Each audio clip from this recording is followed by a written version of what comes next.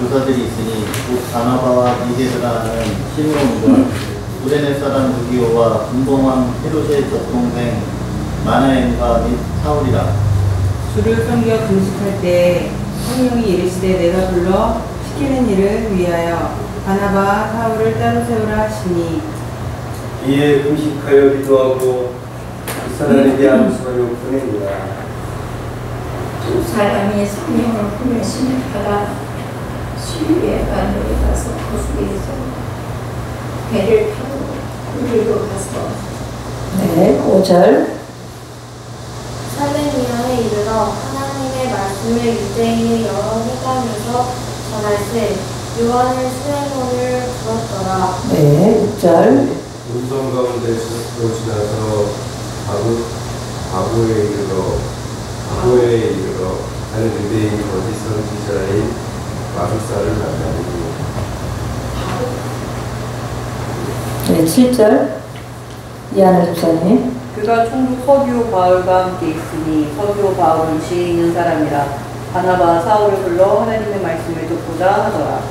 이 마술사 엘리마는 우리를 대적하여 총독으로 믿지 못하게 했으니 바울이라고 하는 사울이 성령을 충만하여 그를 보고하고 이에게 모든 것과 악이 가득한 자여 마귀의 자식이여 모든 의와 원수여 주의 가르침을 곱게 하기를 그치지 아니하리니. 한 목소리 읽겠습니다. 보라 이제 주의 손이 내 위에 있으니 내가 맹인이 되어 얼마 동안 해를 보지 못하리라 하니 실시하며 어둠이 그를 덮어 인도할 사람을 들어오고 하는지라. 이에 성도들이 그에게 든 것을 보고 믿으며 주의 가르치심을 놀랍게 여기니라. 아멘. 네, 잘 읽으셨습니다. 그래서 오늘부터는 이제 13장부터는 사도 바울이 전도하는 내용이 나옵니다. 그래서 사도 바울의 1차 전도 1, 네, 처음이라는 얘기죠. 그래서 1절에 보니까 안디옥, 여기는 이제 안디옥이라는 것은 수리아주의 수도죠. 그러니까 동양과 서양을 연결하는 요충지. 이 교회에서 이제 선교사를 파송하는 그런 내용입니다. 그래서 교회의 선지자들과 지난번에도 말씀드렸지만 선지자들은 사도 다음의 직책이다. 고린도전서, 에베소 이런 데 보면 나옵니다. 예언하는 자들. 그리고요. 그 다음에 교사들이 있으니 교사들은 이제 우리가 알다시피 가르침의 은사를 받은 자들, 곧 바나바와 니게르라 하는 시몬과 구레네 사람 루기오와 분봉왕 헤롯의 젖동생인 마나엔, 그 다음에 사울 이렇게 있었다는 거죠. 그러니까 뭐예요? 일꾼들이 많았다는 거죠. 안디옥 교회에 가르치는 자가 이렇게 여럿이니까 일꾼들이 많았었죠. 그래서 이제 여기에서 이제 유독 보는 것은 여기 마나엔이라는 사람은 그때 분봉왕 헤롯의 젖동생인 마나엔, 그러니까 상류층도 예수를 믿었던 얘기예요. 그때 당시 로마인들 중에 상류층들도 예수를 믿었다. 네, 그러니까 벌써 복음이 많이 퍼진 상태죠. 그래서 이제 2절에 보니까 안디옥 교회가 주를 섬겨 금식할 때, 그러니까 금식하며 예배할 때, 섬겨 이런 말은 주로 예배에 사용하는 말인데요. 그러면 성령이 이르시되, 성령의 주도로 지금 이방인의 전도가 되어지는 것을 이제 보도하고 있습니다. 그래서 성령이 이르시되 내가 불러 시키는 일을 위하여, 그러니까 여기서 시키는 일은 이방 선교사를 파송하는 일이죠. 바나바와 사울을, 그러니까 안디옥 교회 목회자들이잖아요. 이 두 분은. 그런데 이 두 분을 따로 세우라. 이거는 선교사로 세우라. 그런 말입니다. 그래서 이방인의 사도로 선별하라는 의미예요.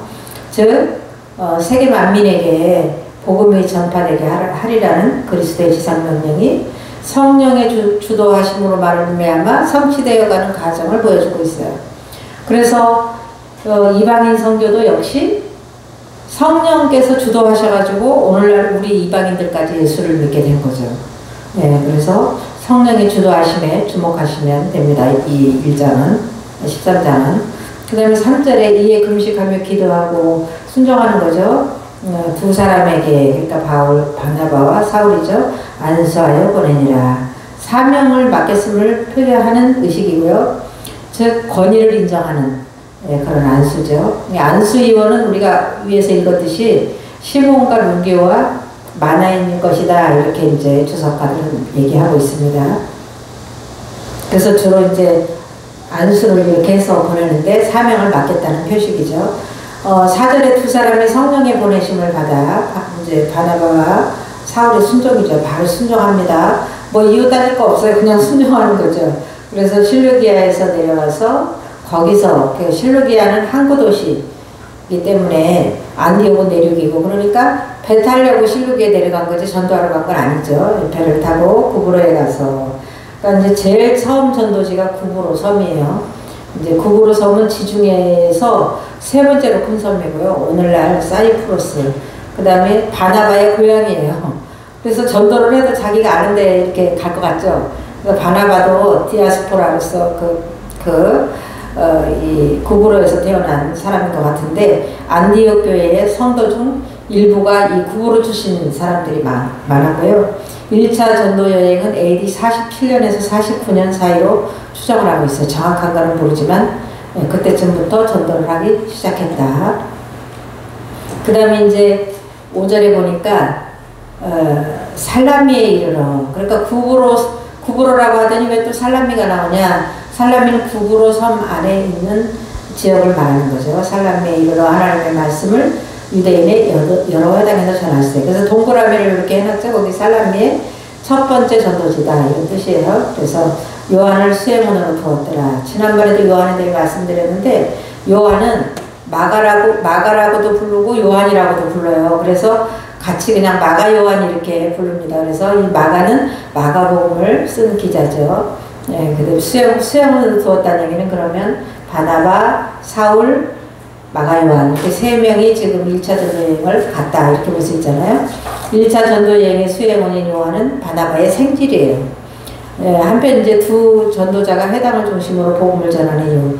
이 해당에서 복음을 전했다고 이런 말이 많이 나와요. 5절에도 지금 살라미에 이르러 여러 유대인들의 여러 해당에서 전했어요. 그래서 이제 이 해당에 가서 먼저 왜 이방인의 전도자가 유대인의 회당에서 복음을 전했을까 이런 생각을 우리가 성경 읽으면서 가끔 했잖아요. 그건 뭐냐면 일단 유대인들은 여호와의 신앙이 바탕이 있는 사람들이잖아요. 이 사람들은 어디 가서 디아스포라로 살든지 그곳에 남자 10명만 있으면은 이 회당을 지었다고 그래요. 예, 그리고 거기가 이제 모임의 장소죠. 예배하고 성경 읽고 이제 이런 장소로 이제 사용하는데 거기에 이제 모이는 거예요. 안식일 되면. 그러니까 거기에 가서 가르치고 이제 전도한 거죠. 그래서 여호와 신앙의 바탕에 있는 유대인들에게 먼저 복음을 전하고 차츰 이방인들에게 복음을 전하기 위해서다. 예, 그래서 어디 가면은 꼭 회당에 가서 복음을 전했다 이제 많이 나옵니다. 사도행전에는. 그래서 이제 온 섬으로 가운데를 지나서 이 말은 구브로 섬의 모든 마을들을 대부분 이렇게 훑었던 것 같아요. 그 다음에 이제 바보에 이르렀다. 이제 두 번째 전도지입니다. 그래서 구브로의 수도인 살라미에서 서쪽으로 180km가 떨어진 곳에 이제 거기에 가서 전도를 합니다. 근데 그 바보라는 곳에는 바예수라는 사람이 살고 있었는데 본명이에요. 이 바예수는 유대식 이름이에요. 그러니까 이 사람은 유대인이었다. 그런데 이 사람은 마술사다. 유대인도 마술사가 나왔어요. 이 구약 같으면은 이 마술사는 이제 죽이잖아요. 돌로 쳐서 죽이는데 이제 이 사람은 지금 여기서 마술사 노릇을 하고 살고 있습니다. 바구에서. 그런데 이제 바예수라 하는 그 유대인 거짓 선지자, 그 마술사를 만나니 이 거짓 선지자는 이 사람은 뭐냐면 자기 자칭 하늘에 계신 자라고 이렇게 스스로 말하는 사람이죠. 그렇게 사람들 미혹하니까 많이 따랐겠죠. 그죠? 내가 하늘에 계신 자라면 근데 난 동자의 말을 믿는 사람이야. 이렇게 해도 사람들이 전보러 가잖아. 그런데 자칭 하늘에 계신 자라고 그러니까 많이 따랐겠죠. 예수 믿는 그 유대인들도, 하나님을 믿는 유대인들도. 그래서 바예수란 예수의 아들 혹은 여호수아의 아들이라는 뜻이에요. 근데 이제 그러니까 바예수가 총독 서기오 바울, 그러니까 이게 사도 바울이 아니라 그 구브로를 지배하던 로마의 총독 이름이에요. 서기오 바울은 함께 있으니, 그러니까 이 사람 왜 함께 있었느냐? 바예수는 총독 관저에서 일하는 유대인이었을 것이다. 이렇게 이제 학자들이 보고 있습니다. 그 서기오 바울은 지혜 있는 사람이라 이 총독은 지혜가 있었대요. 그래서 바나바와 사울을 불러 하나님의 말씀을 듣고자 하더라.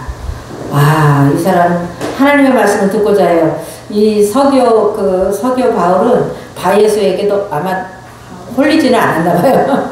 네, 어쨌든 이렇게 심령이 좋은 분이죠. 옥토죠. 그래서 이 마술사 엘루마는 갑자기 아까 바예수라고 그러더니 지금은 또 엘루마라 그래요. 엘루마는 뭐냐? 이 이름을 번역하면 마술사라 이렇게 성경이 되어 있죠.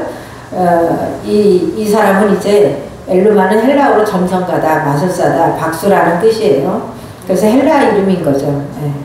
별명인 거죠. 그래서 이제 9절에 바울이라 하는, 바울은요, 사도 바울을 말하는 건데, 작은 자라는 뜻의 로마식 이름이에요. 그래서 요즘에는 이 교회 안에서도 이름 바꾸는, 구약에 뭐, 아브라함도 이름을 바꿨으니까 뭐, 아브라함에서 아브라함으로 바꿨고, 뭐, 사라에서 뭐, 사라를 바꿨고, 뭐, 사례가 이제, 사라도 바꿨잖아요. 그래서 그런 의미가 있어서 그런지, 이름 바꾸는 사람이 그렇게 많아요. 교회 안에서도. 뭐 이름 바꿔도 뭐 잘못하는 건 아니지만 이름 바꾼다고 인생이 달라지는 건 아니죠. 하나님과의 관계를 잘했을 때 인생은 이제 탁월해지는 것이지, 예, 이름 바꾼다고 그런 건 아닌데, 여기서는 바울은 그런 의미로 이름을 바꾼 게 아니에요. 이거는 뭐냐면 작은 자라는 뜻의 로마식 이름이에요. 그러니까 사울의 이름은 강구하다는 뜻의 유대인 이름이에요. 유대식 이름. 그러니까 이 이름을 개명한 게 아니라 헬라식으로 부른 거예요. 이방인식. 헬라식은 이제 그때 헬라 문화니까 이방인식 이름을 불렀다는 얘기예요. 왜냐면은 자기가 앞으로 이방인들에게 전도를 해야 되기 때문에 이방인들에게 친숙한 이름으로 바꿔버린 거예요. 네, 그래서 이제 바울인 거죠. 그래서 본서의 저자인 누가는 여기서부터 사울을 바울로 언급해요. 즉 이방 선교를 위해서 이방 친화적 이름인 로마식 이름을 사용한 거죠. 네, 그래서 여기서 이름을 바꿨다가 사도 바울도 이름 바꿨는데 뭐 이렇게 하면 안 되는 거죠. 성경을 모르는 거죠. 네, 10절에 이르되 모든 거짓과 악행이 가득한 자요 마귀의 자식이요 모든 의의 원수요. 누구 보고 말하냐면 지금 바예수 보고 말하는 거예요. 유대인 그 점술가를 보고 주의 바른 길을 굳게 하기를 그치지 아니하겠느냐. 이렇게 책망을 해요. 하지 마세요. 이러는 게 아니라 책망. 예, 권세를 쓰는 거죠. 예, 책망을 합니다. 그래서 이 영분별이에요. 바울 사도가 딱 보니까 이 바예수는 거짓말쟁이지, 사기꾼이라는 얘기죠. 악행이 가득한 자요. 마귀의 자식이요. 마귀 자식이 아니면 하나님 믿는 사람이 뭐 주술, 마술 이런 거 하겠어요? 안 하죠. 모든 의의 원수요. 주의 바른 길을 굳게 하기를 그치지 아니하겠느냐 이렇게 책망을 하는 거예요. 예수 이름의 권세로 책망을 하는 거죠. 그리고 저주합니다. 그래서 그 저주가 뭐냐 11절에 나오는데요. 보라 이제 주의 손이 내 위에 있으니, 이 주의 손은 하나님의 심판을 말하고 있는 거고요. 바울은 여기서 조력자지 하나님이 아니잖아요. 그러니까 하나님의 손이 내 위에 있으니 내가 맹인이 되어 얼마 동안 해를 보지 못하리라 하니, 형벌기간이요 제한적이에요. 너는 영원토록 해를 보지 못하리라 이렇게 하면 영원한 건데, 여기서는 얼마 동안 해를 보지 못하리라, 눈이 어두워질 거를 이렇게 말하는 거죠.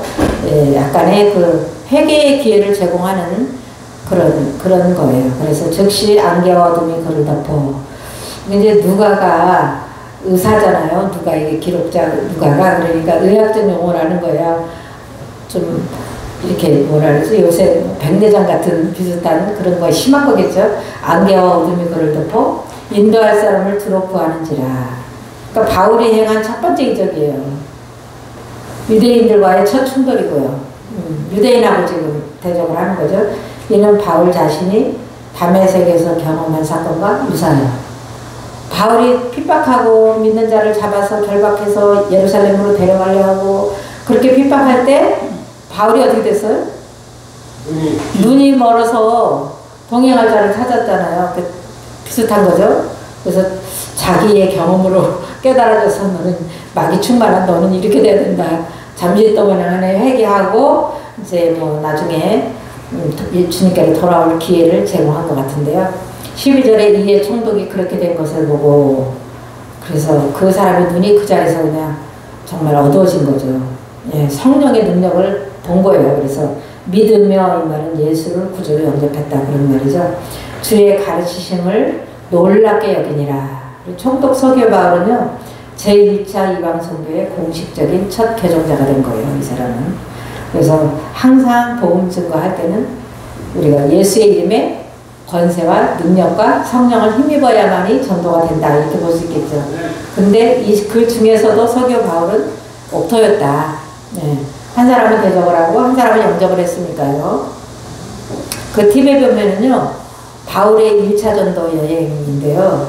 1차 전도 여행은 13장 4절부터 14장 28절까지인데 AD 47년에서 49년에 일어난 일이고요.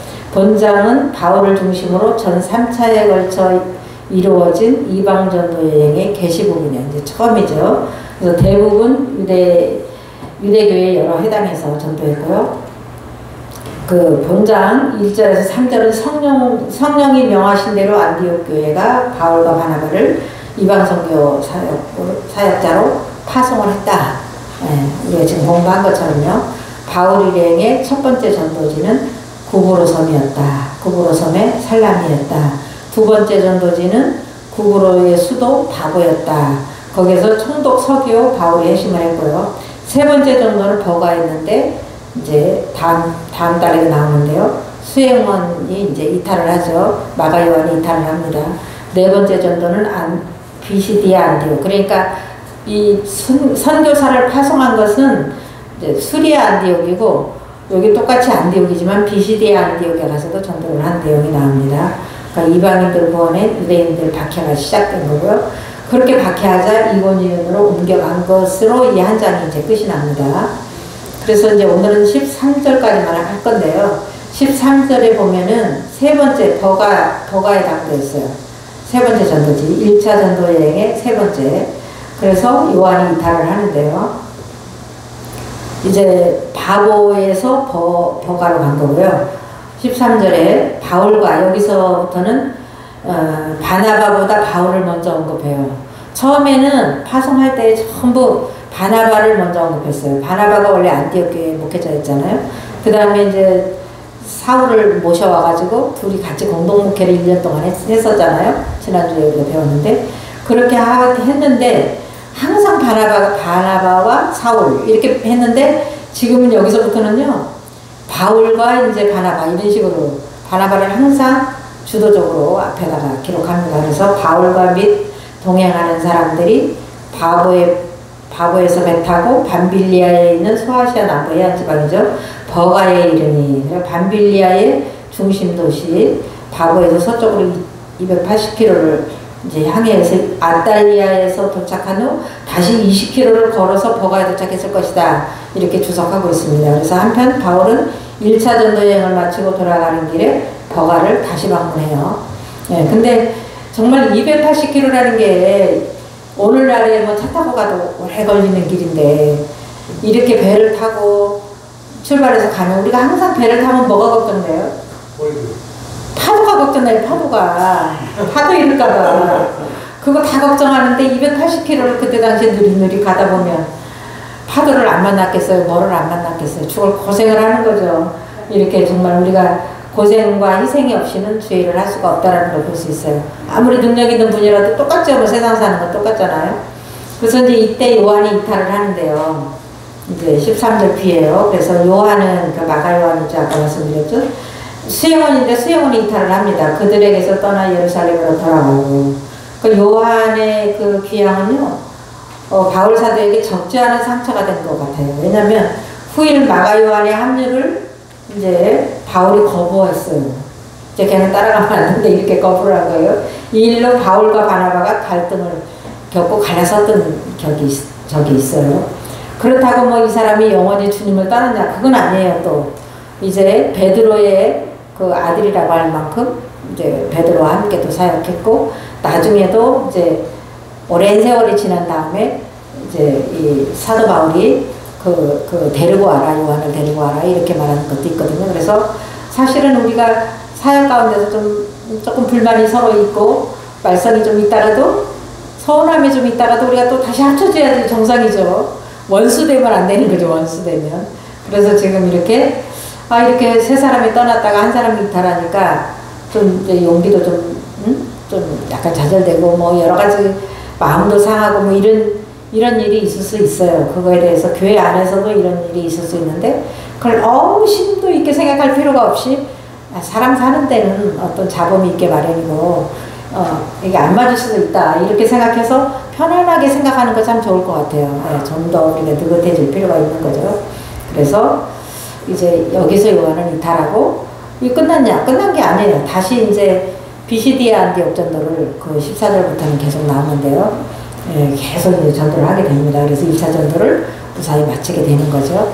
그래서 이렇게 여기서 중요한 거는 사도들을 이방인의 사도 선교사를 보낼 때 사람의 뜻으로 한 게 아니라 성령이 이르시되 성령이 말씀하신 대로 하셨고 전도하는 곳곳에서도 성령의 역사로 전도가 돼요. 그러니까 서기오 바울이 그 바예수에게 당한 그 일을 보고 그렇게 책망을 하고 명령을 하니까 금방 그 시로 눈이 멀어버리는 걸 보고 하나님은 창조주 하나님이구나 이걸 믿었던 것 같아요. 그래서 그 사람은 회심을 하게 됐죠.